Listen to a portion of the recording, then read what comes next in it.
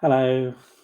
Hi, Carl. Welcome back to the Carl is Flustered podcast. Welcome to the Carl Foster podcast and Sam and Carl Talk Movies podcast. Thank you for being here again for the third episode. If you haven't already, press subscribe, like, share, and all that. But we mean it. The big red button that's going to float up here, and the mouse is going to click on it because that's what I'm going to do after this, and then it'll float back down. And then what's the other two episodes we've done as well? Tetris and John Wick. So hello. I think by now you know that we know movies. It's anything we know. We know movies, even if sometimes we spend an hour going, who was in the? Yeah, who was that? Yeah, but does it matter? Do names matter? Not really. Although I have been getting into the note taking. I'm quite impressed with myself. Like every time I'm making a page, at least a page of notes. You know, I keep telling myself I'm going to make notes, and then I don't. Yeah, but I've done them, and we'll go from here, Carl. The first time I did it in the cinema today, I had to make 3 or 4 notes in the cinema. Just little like this scene, that line. I meant to again, but I actually got engrossed. I was also engrossed, and I took it out of my pocket a few times. But yeah, I have notes. And it's I think something we haven't talked about on this podcast is the liberating feeling of going to the cinema by yourself. I told you, I think it took you a while to get there mentally. It's one of my favorite things to do. I absolutely love it. In fact, I know we'll enjoy going together. I detest going with other people. I think we'll enjoy it with you, but for the most part, I don't want to fucking know. I don't want to speak to you about it after. I don't want your opinion. I don't want to discuss what snacks we're getting. Occasionally, it's nice. I love going on my own because I can get what I want, go to whatever time I want, and watch what I want, and sit there and shut the fuck up for 2 hours. That's what I like. And on that note, guys, don't forget to comment and give us all your opinions so that Carl can not care about them. Well, we care about your opinions, of course we'll do it. And what we should have mentioned at the beginning, even though it isn't the title on the thumbnail and behind us, we're talking about Air, the 2023 movie, the Now movie by Amazon Studios. Amazon Studios, but released on the big screen, which I think will be it will be a new thing to do. So I think Sam, you saw this a couple of days ago. I've literally just got out of the cinema today. Directed by Ben Affleck, of course. The budget is between 70 and 90 million. We're not getting exact numbers. They've already taken 30 in the box office in a few days. So it's only been out 4 or 5 days. 4 or 5 days. So that's pretty. It's taken almost half the money back immediately. So it's pretty good stuff. So he's directed by Affleck. It also stars Ben Affleck, Matt Damon, and Jason Bateman as various Nike executives, and Affleck plays the CEO, Phil Knight. So what are we thinking? Great film. Great. The problem that I've got at the moment is we come on this podcast and the last reviews, they've all been great films, and it feels like we're just coming on and being like, that every movie's great, but we just so happen to have had a run of actual. Well, also we've watched ones that we kind of wanted to watch as well. So if there's one that I didn't like the look of and was forced to go, we're going to do hundreds of these. We already knocked 3 out over a week, so we're going to hit some bumps in the road. See, because Renfeld this weekend and Evil Dead Rises the weekend after, and I'm concerned about both, if I'm honest. Like, they're two movies where I think, they look great, but I think Evil Dead's going to be good. I'm not sure. Renfield can go either way. It is Nicolas Cage. I'm concerned. I'm very concerned. But going back to Air, great pacing, great directing, great scripts. It's basically a comedy. So we should probably overall, say it's comedy. It's basically in a similar way to Tetris. Is about an 80s era, and they're trying to get a deal done. And the deal for this is that Nike can save their business by getting maybe a kind of a risky athlete to sign on with them and produce what will be the Air Jordans. Well, save the basketball division, right? So they were making ridiculous amounts of money with running shoes, and they were basically appealing to white guys, who go running. But they were making a lot of money doing that, but that was kind of their appeal. And they were behind Adidas and Converse in a big way. Yeah, they had like 17% of the market or something, so they weren't really getting anywhere. And it's basically in the same way Tetris followed Hank Rogers. This follows basically Matt Damon's Sonny Vaccaro, Sonny Vaccaro, marketing exec who's a risky, the cop's going to take my badge kind of guy, working with and under Rob Strasso, who's Jason Bateman as his director. Bateman is phenomenal. I got to say, he's what you expect from Jason Bateman. He's funny. He's Jason Bateman being Jason Bateman. Yeah. Jason Bateman in an 80s mullet, and it's kind of full circle as well because I first became aware of him probably in the late 80s with Teen Wolf 2. Yeah, that was one of his big features. I prefer Michael J. Fox as the Teen Wolf, but obviously Bateman has gone on to just become, Arrested Development, obviously Ozark. Everything he does is good. He's good in everything, even if the thing's bad, I think. I think, he's more of a director now as well, isn't he? He's trying to kind of move his hand to that kind of thing. And you can, so I heard a podcast with him and Ben Affleck talking about this movie actually before, and they were saying that basically Matt Damon and Jason Bateman would take over set some days, just kind of like, right, do this, do that, just because they can't help it, right? Because they're both directors and producers. Which is good. It's good. Like that, so. Damon and Affleck know each other like brothers pretty much. They've been mates for a long time, worked together in the beginning. I'm sure you just trust each other, right? They're childhood friends, right? 10 and 8 they were when they met, I've never looked over the backstory. Perhaps I should. It's the podcast, so I can give you a little. They're all gonna trust each other, aren't they? So you're gonna trust Bateman and Damon and the kind of filmmakers are. I think, you give me your ideas and we'll work together. But delving into that relationship a little bit, they moved out to Hollywood together and never apparently ringing a bell now. Never got confused, never got like jealous or anything if each other got a role. They were going for the same roles. They were doing the whole thing.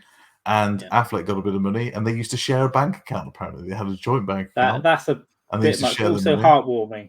It's heartwarming, but my money. If you don't do that, you could end up just being bitter and twisted and be dead in a bath at 27 or outside the Viper Room. Okay.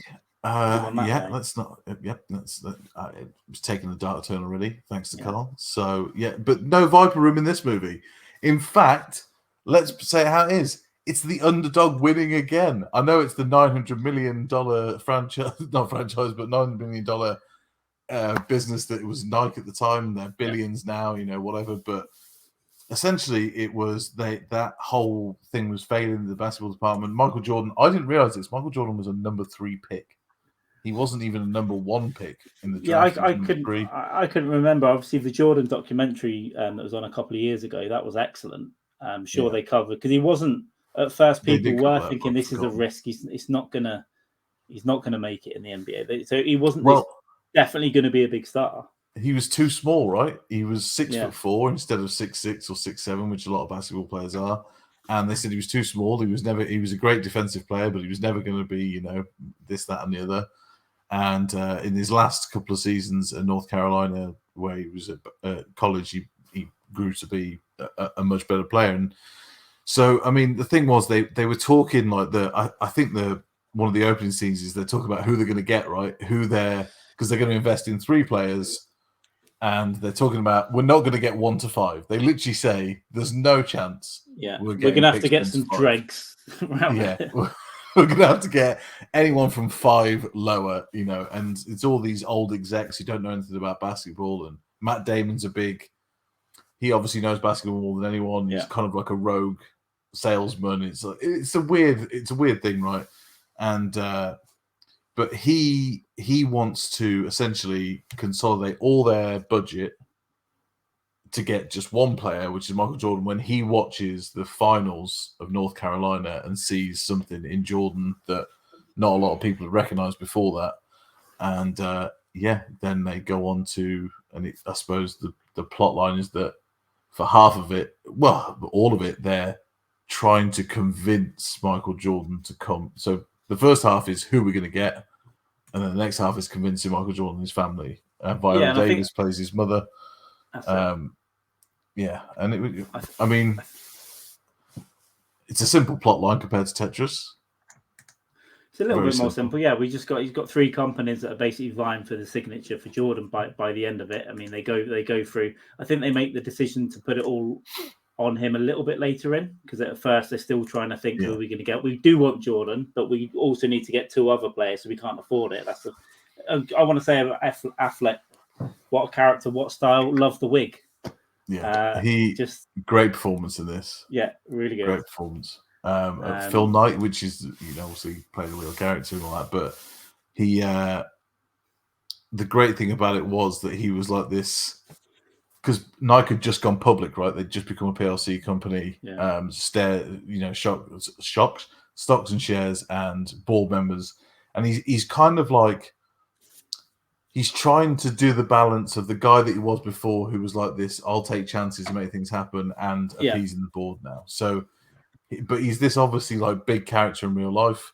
He wants to succeed in these areas, but he's like kind of answering to other people now, and but he plays that role really well, and he's still eccentric and weird, and all the things that go along with it, and great performance. I think the 3 leads were fantastic. All brilliant. Damon's like a pudgy exec. He plays it really well. I mean, even up to the end where he's trying to go for a run and start running, because that becomes part of the plot, and he's just like, "No, this is fucking awful. There's no way I'm running." It's just funny. It's a funny movie, and Bateman also plays it quite well. He's not as eccentric as Phil Knight, but his character is he's the same. He's a manager, but at the same time, he also wants to do something exciting again. And they're trying to keep Damon down with his ideas, but I think they both want him to do it straight away. But they're like, "We can't. This is mad." Well, a line that's used a few times is, "It felt like the old days of Night," right? They all say that a few times, where like it felt like the old days, where they're just being a bit renegade-y and doing something out of the box to make it work, and they doing whatever. Yeah, there's a line I noted that when Damon's talking to Bateman, which is trying to get him to agree with his idea. He's like, pitch me. And he goes, "Our basketball division is fucking terrible." It's like, I do not love it. I do not love it. Not great. But I thought, just mentioning the 3 main characters, there's another character played by Chris Messina, who is the agent for Michael Jordan. I was just Peter Falk. I was literally just going to bring that up. His initial rant on the phone is hilarious. When you think it's over, he's back for more. I'm gonna light you on fire, piss, put my penis in yours. It's one of the finest rants I've seen on. It's funny. It's fun, and he plays that role really well. He's a sleazy guy, but he kind of likes them he knows them from the past or something. I don't really know. Yeah, they're kind of mates, but he kind of wants to rip them off, and it's funny going back and forth where they cut into Matt Damon on the phone as well, just like laughing. Yeah, he's laughing because he knows he's just an agent, right? He knows he's just a bullshitter. He knows that it's whatever. Break your balls. I'm going to nibble on your balls. Yeah, it's because Damon goes to visit the family, right, without telling anyone. After he told them, "Do not call them," and he took that as "Don't call them." But I'll fly out there and go to North Carolina. And that scene as well. I mean, it's one of the best scenes in the movie where he sits down with Michael Jordan's mum. Like, she's the business head, right? And they get him in the garden. You can't see him yet. Just even little things like they. She goes, "Where did you get that name?" And he says his name, and she says it at the same time, like Sonny. I just like that writing where you get 2 characters at the same time saying something. You don't see it a lot. Yeah. Most of the time, it's like I say something, you say something. And then when he sits down and mimics the other executives from Converse and Adidas as well, he's funny. Where he goes, he's going to say, "Well." Yeah. And she's like, "Don't do the accent." Right, the 3 characters. There's another bit where they're talking about, obviously, Adolf Dassler, the head of Adidas, and it's like, "No, it's Adidas. No, it's Adolf." He goes, he was a Hitler Youth. He goes, like, he had the haircut. And then the agent's like, "We all have a past." Yeah, we all have a past. That's a great line. It's like, this movie is full of zingers. It's full of great lines. I need to watch this probably 5 times in the next couple of years, just because the dialogue is so good. It's so well written. And once we get off here, I'm going to go and look back at go and listen to that podcast you listened to, and go and dig into it a little bit more and look at the real story a little bit. Yeah, it's interesting. Like I mentioned in the last episode as well about how they've kind of, I don't know if you saw the thing about shared equity or something at the beginning, like they've called their company shared equity or something like that, where they are basically, the more successful the movie is, the more money that everyone who worked on the movie makes as well. So it's a nice altruistic thing that they're doing. I mean, those two have got so much money, they don't really need to think about it, right? It's they're going to make their money back. They're paying the people that deserve to get paid, including themselves, right? Including getting good deals for themselves. And Amazon seems to be a good company to work with, you know. Yeah.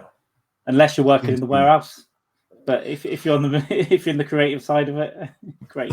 Yeah.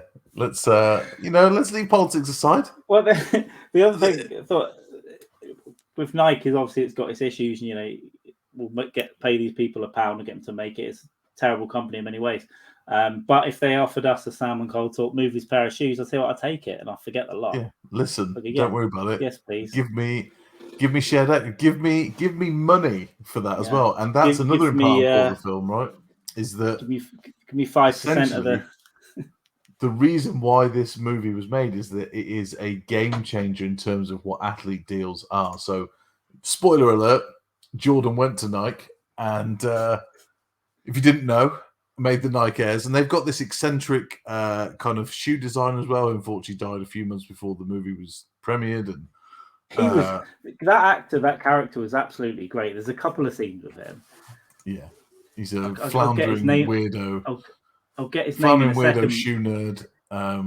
So the first time is like, when do you need it for? Monday. But the second scene where they come in and go, let's just do. They're not allowed to do more than 50% red because of the contract for the league, and they're like, just give it more red, and the way just goes, more red. Yeah, and they're not allowed. So there was a rule, wasn't there, that the shoes had to be 51% white in basketball. Yeah, because you couldn't have too much of the team's color for the league. Basically, you've all got to stay within your little. So Nike decided, being the renegades that they are, that they would make it mainly red. And they'll pay the fines for Jordan for however long. Because they'll get fined X $1,000 a game. It's like, it'll be good marketing. We'll just pay the fines. Imagine the press, like Jordan's getting fined for being too colourful.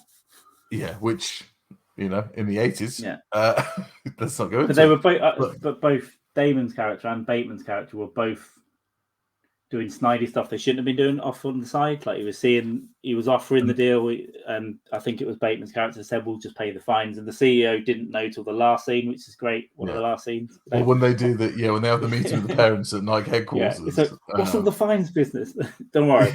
And you can see Affleck's face. He gets fuming, right? They hear it, and he's like, what the fuck? And they like, but the good part of that scene as well, and this is one particular scene that I absolutely loved in this movie, was that they show this marketing video and Jordan's getting bored. He's sat there like they're doing it to some American hero bullshit song, and Matt Damon turns it off and Affleck gets raging, right? He's like, no, what are you doing? Don't turn this marketing thing off. And Matt Damon makes this speech, and the speech in itself is obviously inspiring and well done and well acted and phenomenal. But they, over the top of this speech, he starts talking about how, listen, your son's something special, and what's going to happen is they're going to build you up and they're going to tear you down. And while he's describing what's going to happen from 1980, whatever it was, 6, I think it was 87, he's describing, and over the top of this description that he's saying before it's montage, right? They start playing a montage of Jordan's career, his dad dying in a weird card shootout, his affairs becoming public. It's like all the things that he said were going to happen, and that's a great scene in the movie and a great performance. It's a great speech because you don't expect it. It's like you always expect him just to give the sales pitch, but he goes, "Listen, you're going to be brilliant, and then it's all going to go wrong. It's going to get terrible." But you're still going to be an icon, and that's how we sell it. But you're still going to be Michael Jordan, all that. And you forget that Michael Jordan is a child in this. He's a child. He's 18. But what's incredible is that before that scene, so they show real footage of Michael Jordan, right? And they show the real footage of what's happened, news footage, sports footage, everything else. But throughout the movie, you never see Michael Jordan's face. A weird choice. No, I love it. Sure what? Yeah, it's a great choice, but I still can't put my finger on why. But then I think, well, it's never going to have the likeness of Michael. That person's never going to look like Michael Jordan. They're never going to be Michael Jordan. I don't think that would really matter because there's plenty of stuff you get, about biographical things where the person doesn't look like him or whatever. I think it was just a choice. I don't know what the reason was. Maybe we should try and find out. I'm sure they've talked about it, but I like the fact that they did it. I thought maybe they'd show it at the end. Nope.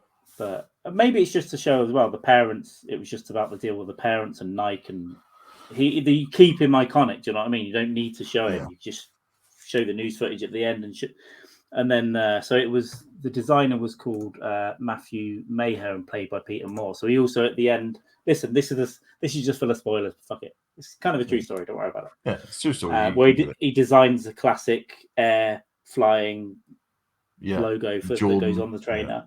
And that just goes everywhere. And that was just like a random thing that he thought of after, I think, as well. But that became so iconic. And he designed the original shoe as well that became iconic, obviously. And I mean, the other so going back to the original point I was making a few minutes ago was that this deal was the first time an athlete had a profit share in their shoe, and it's the only reason he went with Nike is that they were going to make that deal. Adidas weren't going to match it. Converse were already out of the race. Yeah, and essentially, it was never done in the industry, so no one was going to take the risk to be the first one. No, and Affleck just goes, "Oh, fuck it," like literally, he comes to him and Damon's like, "We've lost it. We can't make the deal. He's going to go with Adidas." He's like, "Well, what does he want?" He says he wants shares. He's like, "Just do it. Fuck it." But also, I like that because that's how big decisions happen. They don't happen with people sweating for hours and deliberate. Most big decisions are like, someone just get to a point and you go, yeah, all right. I think also from a story point of view, it's like Affleck and Damon have this relationship in that story where, well, Phil Knight and is it Vic? They have this relationship where they like each other, but Phil Knight doesn't really have much faith in Matt Damon's character anymore because they haven't signed anyone special, and he knows he's a good guy and all this and the other, but he's just not getting the results. And it shows at that point when he says, "Oh fuck it," he believes in what he's saying. He's bought in to what Damon's been saying about Michael Jordan the whole time. They've already taken the risk as well. They've already taken all the risk. So it's like one more. It's like, well, the company could collapse, or it could be brilliant. So why not just say, yeah, go on. And another interesting note is they go through these facts at the end, and Affleck sat on his sofa and he goes, "How much are we going to give him? It can't be that much. We've only ever sold 3 million shoes in 1 year, and all this, that, and the other." And then they go on to sell 158 million, I believe. Well, I think they were talking about. I think they were talking about money. So I think he said we'll make $3 million, and they made $162 million. No, but I thought what he was saying was that they'd only sold $3 million worth of one shoe. Maybe, in a year. So, when they released the shoe, they sell $162 million worth. So it's way above what they expected. And then overall, Jordan's made, was it $4 billion? I think so. Way more than that, because the passive income that Michael Jordan makes per year is $400 million. 400 million, yeah. 5% of the shoe. 5% of the shoe. Absurd, right? 400 million. So they're making 800. What they're making per year? 8 billion on Jordan stuff. If it's 5%, because 800 million would make it 8 billion, right? 800 million would be 10%. Fuck me, 8 billion per year. But obviously now, the Air Jordan thing isn't just shoes anymore. It's like tracksuits.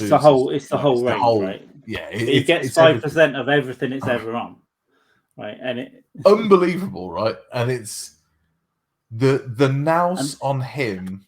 Well, on his mum, to go on his mum, really, he's going. We want a piece. We want a piece of everything forever, just in case it works out. They believed in their kid, but again, you might have had a knee injury and that's that. But they just go, just in case he does really get there, we're going to have this income forever for generations. Unbelievable. And I think, not enough. Obviously, we know from the documentary with Jordan stuff that his family is very important to him, but we didn't really see the nitty gritty into how important she was with those deals and stuff, right? With that was never really explored. That we knew they were close, but we didn't know just how important she was in making decisions. And I knew the parents were, but I didn't know it was mainly on her as well. The same. I mean, just a quick aside. I watched the Shaq documentary coming back on the plane a few weeks ago, and that was great. Similar way, very close to his parents, and it's good. I think it's 3-4 episodes, but it's a similar thing. It's like his whole career. But from the beginning. Yeah, I mean, Air though. Are we going to go into ratings? Are we going to? Oh God, I mean, because what else can we say, right? It's a great movie. It's funny. It's got heartwarming moments. There's drama. There's not really any action, obviously, but there's sequences of pure despair and like it's even the way it opened with the money for nothing, and the soundtrack overall was really good. And they, apart from the opening theme, which is really long, they use the music really well. Just like 20 seconds here, 10 seconds there. But all the tracks are great and they fit it perfectly. Some of them get you going like an 80s. Another great moment. So I remember thinking. So do you remember he talks to one of the gas station attendants? And he says, "What do you think of Michael Jordan?" This is before they've signed him. Right, yeah. And he goes, "Yeah, he's not going to amount to much. He's 6'3", this, that, and the other. He's a great college player, but that's all he's ever going to be, this guy." And you don't see him again for the rest of the movie. And at the end of the movie, he says, "So what do you think about Jordan?" He goes, "Always knew he was going to make it. Always, you could just tell." And it's like, it's that thing, isn't it? But that's Matt every Damon's sports fan. We've both done it. You change your mind after. Yeah, I knew it. Yeah, I had a feeling. Certain. Yeah, I told everyone he was going to be something special. Do you know what I thought? Do you know what I thought would have been a nice touch? That he went out to his car and brought a pair of Jordans in for that kid. That's what I thought would have been. That's what I thought he was going to do. I thought, yeah, he's going to give him a free pair of trainers. Didn't. Tight. No. Well, he wants to get the back end on that, right? So I mean, but I want to know. That. Yeah, you might have. I wouldn't. Fuck him. He's lying. He's a liar. He doesn't deserve anything. But I would like to know, because obviously, so they also talk about, but I would like to know how much money he made off that deal. That guy who headed up the basketball, signing Jordan and all that. That guy, Vic, I forget his name. Yeah, I don't know what they. I mean, he was an executive. He probably got a big bonus or a cut of it or something. But he wouldn't have got royalties forever. I wouldn't have thought. I don't know. That might be wrong. But an interesting point about him at the end of the movie is that he was instrumental in 2014 when a judge ruled that college sports players, because they weren't getting any money, right? So college sports in America is such a huge market, like billions of dollars market, and they're not getting paid, these kids. And plenty of people prefer that to like the NBA and the NFL, the football as well. It's a really competitive league. And so there was a rule in 2014 that they kind of had to get paid and make sponsorship deals and all these kind of things. And he was instrumental, apparently. His testimony was instrumental in getting that to happen. And talking about Jordan, if Jordan had got sponsorship as a kid, I mean, it probably wouldn't have been the same thing, right? It's who knows? But he's changed it all. He's changed the game. That guy's obviously. I think he went to Adidas, then Reebok after that as well. Oh, really? They set up. Then so he went to Adidas, I guess, not too long after that. Then Reebok, and then he founded a camp. He's done a load of stuff that showcase like Kobe Bryant and stuff. Just reading that on Wikipedia now. And he's still. So I think they're still alive. He's an old boy. Come back and make us a load of money as well, and because they'd seen some sort of greatness in him, right? And probably. That had probably made millions of dollars and never signed anyone like Jordan ever again. So it's just that one moment, right, that changes everything for everyone. And they said that Jason Bateman's character. I mean, it could have gone, like you said. Someone says he could put his knee out next week. That could have happened, or he could never have made it. It was such a risk for him to do it.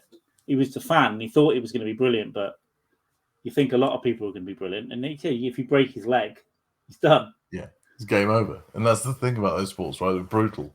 But I thought overall, fantastic film. Again, I've talked about it week on week. They're bringing them back, these story-driven movies that aren't all action and, they're not different. comic book heroes. Just a lower key film that's something different, well written, well made, well acted. And it was 2 hours long, and I didn't look at my watch once. I didn't. No. I was fully engrossed from start to finish. I just think, again, if you're on the fence, go and see it. It's another one of those movies where if you think, no, I'm not sure. We told you the entire plot and all the little surprises that were nice, but go and see it anyway. It's good. It doesn't matter. It's all out there anyway, right? It's all. Well, if you they're not. I like that I had surprises in the film, like the way they did the montage and the speech, and like you're not going to have any of those surprises. We told you, but you know what? Yeah. Go to the cinema, buy some popcorn, and shut up. Yeah, enjoy it, because the effect of the montage you won't know until you see it. That's how good that scene is. In the celebration for when they got the contract at the end in the office, and it was all like fist pumping and all that. It was nice. It was like emotional, a bit heartwarming. It's like they've done it. It felt good. It's the underdog again, and Bateman and Damon both get you on their side pretty early. You're rooting for him to get it. Yeah, and I think going back to Affleck a bit, you're kind of indifferent about him, right? He's a character where you like him because he's eccentric, but he's a bit, he's a bit of a corporate. You're not sure. Yes, the corporate, but you don't like it. You like it. You like the other side of it. And they come in 7 minutes late. It will look tough if you're busy.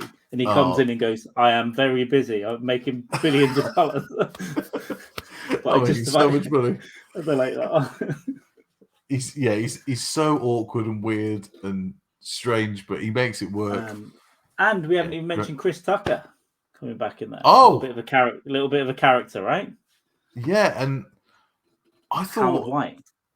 Didn't expect him to play a character like that ever. No, he's got an accent. He's like a low key. He's doing like the underbite kind of guy. Yeah.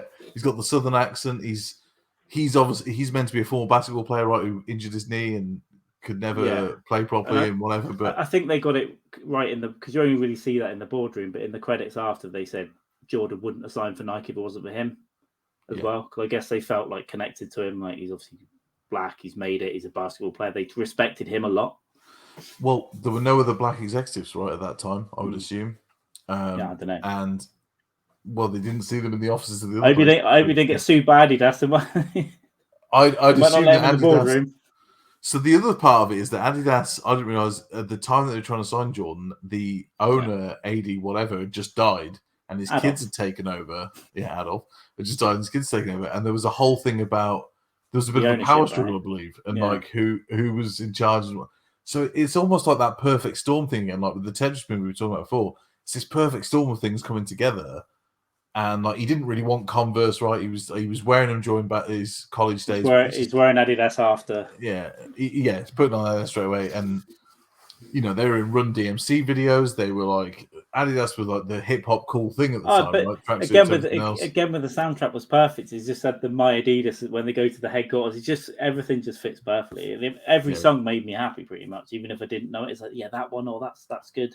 But then the ones you do know come in. It fits the era pretty well. Everything does. And the montage at the beginning, Over Money for Nothing, is great. You got the A-Team, we've got Knight Rider, we've got all the spandex stuff. That made me smart. Just seeing, BA punch someone into a fruit stand, phenomenal. Classic stuff as well. But I don't think we can say much more because we've given away everything about the movie. Absolutely everything. But go and see it. Go and see it. We didn't give the score. Scores out the doors. I know what I'm going to give it. Do you know what you're going to give it? At some point, we need a name for these scores, like not tacos, but you know what I mean? Like, We did think creepers from Creepy Watchers, right? Yeah, creepers. I think we need some creepers. I'm going to give the creepers the score they want. This is tough because it's better than Tetris. I don't think it's an action masterpiece like John Wick, obviously. Well, it doesn't. It doesn't have to be an action masterpiece to be good, though. No. It's a different genre thing, though, right? The reason I gave that such a high score is because it was the best of that genre that I've seen. Oh, no, but now we didn't say that before. So now we're going, okay, like out John of action, Wick. It's 9. Okay, well, no. I mean, like, it's a 9 overall, but what I'm saying is, like, it's because it was the masterpiece of that genre that I gave it such a high score. I'm going to give this, and I'm flitting between two numbers here. I know my minimum. I know what my minimum is. I know my minimum, but I'm wondering about whether I go to the height. 8.1. 8.1. That's pretty reasonable. I thought you were going to push it right up there. I've got to go over 8 for a start. 8 was my minimum. 8.1, 8.2. Yeah, I mean, Initially, I felt like 8-3. Thought it's difficult. I think 8-2. It's the similar, same really. Yeah, it's just I feel that it should be above. My low end was 7.9. But if my low I end was 8, so we're kind of similar though. 0.1 out. But I couldn't put it in the 7s because Tetris is in the 7s, and I couldn't. I couldn't do it. It's like point scale, so 79 is way better than 73. So 8 just seems a bit flat. Just give it an 8. So it's an 8.1. Go and see it, enjoy it, love it. Yeah. And if I had the time, you're going to see the scores appear on the screen as well when we say it. If I have the time, but one day they'll always be there. We should just have a load of popcorns on the screen called so an 8.1 popcorn. The thing is, I thought about popcorns, but I thought it's just too obvious, and someone else is probably doing it. We could do it. Popcorn's the easy choice, right? Give it 8 ice blasts. Every cinema does an ice blast, right? Sure. Give it 8 ice blasts. Yeah. I tried one once. Is that the colourful stuff? Oh, you're such a dad. Is it no, the colourful stuff? it was too sugary for me. I was like, there's no sugar in it, I don't think now. Now, I took one sip of it. This was a few years ago, a pink and blue thing or whatever, and I was like, "Oh, I nailed it!" Yeah, I nailed it the other day. I got a large one, sat there, needed a piss the whole time, but I couldn't leave. Yeah, phenomenal. But I saw another film this week, Carl, and I meant to talk to you about it. I can't remember what the Operation Fortune. Have you seen it yet? The Guy Ritchie film. No. Did it just come out on Amazon? Yeah, so it's Amazon. Okay, it's Amazon. I didn't know. Yeah, it's on Amazon. It's been in the movies before. It's in the cinema, but it's just come out on Amazon. Don't spoil it for me. I'll see that. I'm not going to spoil it. It's a great film. It's an all-out comedy, loads of action. Aubrey Plaza. I know we've just gone from S this, instantly, but we've scored it. Go and see it. Enjoy it. Done. But Aubrey Plaza, who not only is beautiful but great actress. Well, how about say actress first next time? Great actress, also beautiful. But okay, you have to remind myself. Yeah, I thought it was obvious she was an actress because she was in the movie. All right. Jesus, Carl. Trying to, Josh Hartnett's in it. Phenomenal. Ooh, I never thought I'd see him in a vaguely popular for a while in the 90s and then disappeared. Apparently, maybe early 2000s. He's been living in the UK for the last 15 years. He's married to an English woman. Doesn't give a shit about Hollywood, apparently, and left all the shits behind. Didn't want to be involved anymore. So just does what he wants now when he feels like it. So he's in Pearl Harbor back in the day. The Faculty, yeah, of course. 1998. I remember The Faculty. With Robert Patrick, of course. Elijah Wood. That's a great movie, but really good fun film actually, Carl. I think I'm going to give it. If you like Guy Ritchie, you'll like it. If it's on Amazon, I'll watch it in the next couple of days. I'll give it a 7. Enjoyable. Hugh Grant is phenomenal in it. Like a sleazy billionaire. Phenomenal.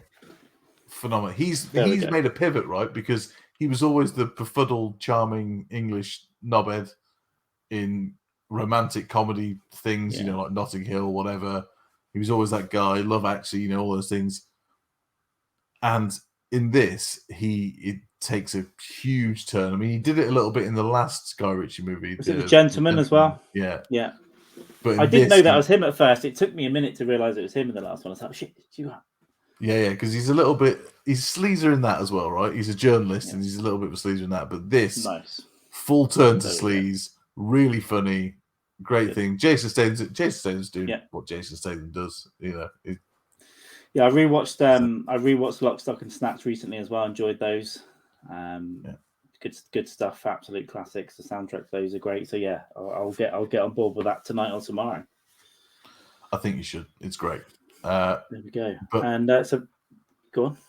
I was just going to say, have you seen Beef yet on Netflix? Everyone's been talking about it.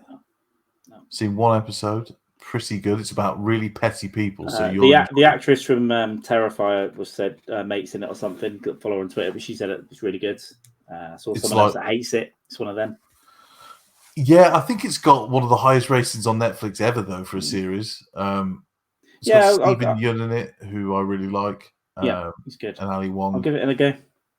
We'll get into that. Yeah, talk about beef when we both see it. It's about petty people, but like I say, pettiness is what we live for, right? So it's all good. And I saw someone moaning about Tetris and Air today. It's like, oh, no new ideas in Hollywood. It's better than, first of all, they are good ideas about an interesting story, and it's better than 80 Marvel movies being rammed down your throat. As good as they are, that's no ideas. I heard someone complaining about John Wick the other day. Oh, me too. Yeah, there are people that hate John Wick. Yeah, but they're idiots, Carl. Well, we don't. They shouldn't be. They shouldn't be allowed. No, they shouldn't be allowed in the cinema. If you don't appreciate John Wick, or Air, or Tetris, don't go to the cinema. You're not a movie fan. It's as simple as that. One of my exes used to call things like The Godfather a shoot 'em up. Don't really like shoot 'em up. Okay, it's not a shoot 'em up, is it? I know, but you can't with some people. Good job she's gone, right? Yeah. Because couldn't have lived with that. Yeah. With a gun. That's a movie that's going to come out in 20 years. So, whatever. You are a disgrace for killing. There we go. But anyway, Air, good. We've given it the 8.1s and the 8.2s. Hopefully there'll be graphics there. And when we say, if you haven't already, subscribe again, there'll be another little subscribe that floats up and a little mouse click. Quite proud of that. Took me about an hour the other day. There it goes. Yeah, very nice. Well done. Yeah. I only listened to it, so I haven't seen the videos on YouTube yet. You're not seeing the work, but it's gonna start. There's gonna be a lot more of that, a lot more nice things, popcorns and subscribes and scores, and when we get better audio equipment, it's gonna sound better. When we do stuff in person, it will look good. And very soon I'll be off the beanbag. There was an issue at the weekend, which we won't go into, but I think it's the first time you've mentioned the beanbag online, that you're not in some sort of music producer's pad. No, well, I'm on a beanbag in the middle of this lounge. Obviously, this is my home. That grand piano back there. I believe I can fly. Let's not get into R. Kelly, because that could take a turn. But they are connected to Michael Jordan, right? Because that song is the theme tune to what movie, Carl? It's going to be the one with the basketball and the Space Jam. Space Jam, yeah. A classic. But not Space Jam 2. No, well, he wasn't really involved for that. Things had taken a turn at that point for R. Kelly. That was Oh, still haven't seen Space Jam 2. Not sure I should. No, I've heard terrible things about it. Because in the Jordan documentary you've got, I think he was, because they didn't want him to do it right for insurance. So if you fall over, twist your ankle, that's a nightmare for everyone, including Nike. If you do anything, we're screwed. But he was actually doing that at night, I think, and really trained hard for the film as well. Like, he took it seriously. I think he's one of those guys, isn't he? Like, if you give him a task, he's going to do it. Well, that came into all the gambling and all that stuff, right? He had to win. He's not going to win. Well, his dad obviously was an infamous gambler. And unfortunately got shot during a card game or something. Didn't end well. But yeah, great movie. Like, subscribe, love us, hate us, comment. Yeah. If you're going to say something bad, just say it properly, If you don't like us, at least say it with passion. At least say it, because then it's engagement, and that's all we want, is engagement. Yeah, we don't care if you hate us. Yeah. If you think we're absolute knobheads for ruining the entire movie, let us know. Let us know. But it's all out there on the internet anyway, so don't give us any crap when you haven't done your research, all right? Agreed. Yeah, blame them. And if you don't like John Wick, that's all I'm going to say.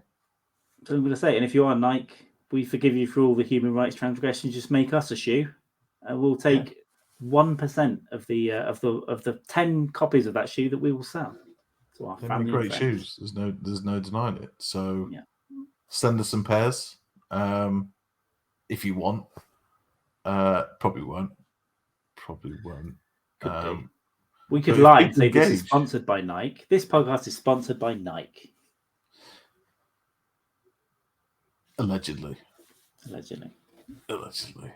But yeah, are we gonna say ta-ta let's wrap it up. Let's wrap it up. It's been a pleasure as well. This 3 episodes in. Thank you for watching so far. Keep subscribing, liking. What's the older ones if you haven't seen? John Wick, Tetris, this. I'm not sure what we've got coming up next. We'll talk about this after. But yeah, we've got a couple of ideas. Is next. But we're going to be doing loads of episodes, 1, 2, 3 a week, whatever. It's just going to keep coming. We're going to keep watching films. We're going to keep doing these, and come along. Well, we've kind of come out the gates quick, haven't we? We've piled on 3 episodes in a week or whatever. But I think the reality is that as things go along, we're going to do things like we're going to do little scenes from movies and stuff as well. We're going to act them out, and we're going to be, obviously, hopefully with a comedic tone. Lots of stuff going on, lots of stuff to come, lots of content. But but to get on board with it, you got to subscribe, you got to get the notifications on, like it, all that good stuff. Yeah, and when you see this pop up, jump in, and we'll do occasional. Once we get enough people involved and watching, we'll do the occasional live ones as well, and get you involved live, and you can talk to us and ask us questions and tell us we're idiots live. Yeah. If you get involved, then you'll get involved with us. So we'll do a channel like Discord or something, right? And we'll watch a movie together, and we'll have fun. All that kind of stuff. There's going to be tons of channels, tons of ways you can support us later on as well. But first, we need to grow a little bit on YouTube, and whatever you're listening to us on as well. We're getting a few listens, so do that. Yeah. But and if you haven't subscribed yet, this really awkward long goodbye. If you're on one platform, go to the other one and follow or subscribe on there as well. If you're listening, go over to YouTube. If you're on YouTube, go over and subscribe on a little listen as well. Why not? Who knows? You might be caught on a bus one day. You might want to listen to it. Don't get caught on a bus. Don't get caught on a bus. No. Just get away with it, I say. And that's it. I think. Goodbye. Yeah. Goodbye from me, which is Carl. Goodbye from him, which is Sam. And we talked about movies, so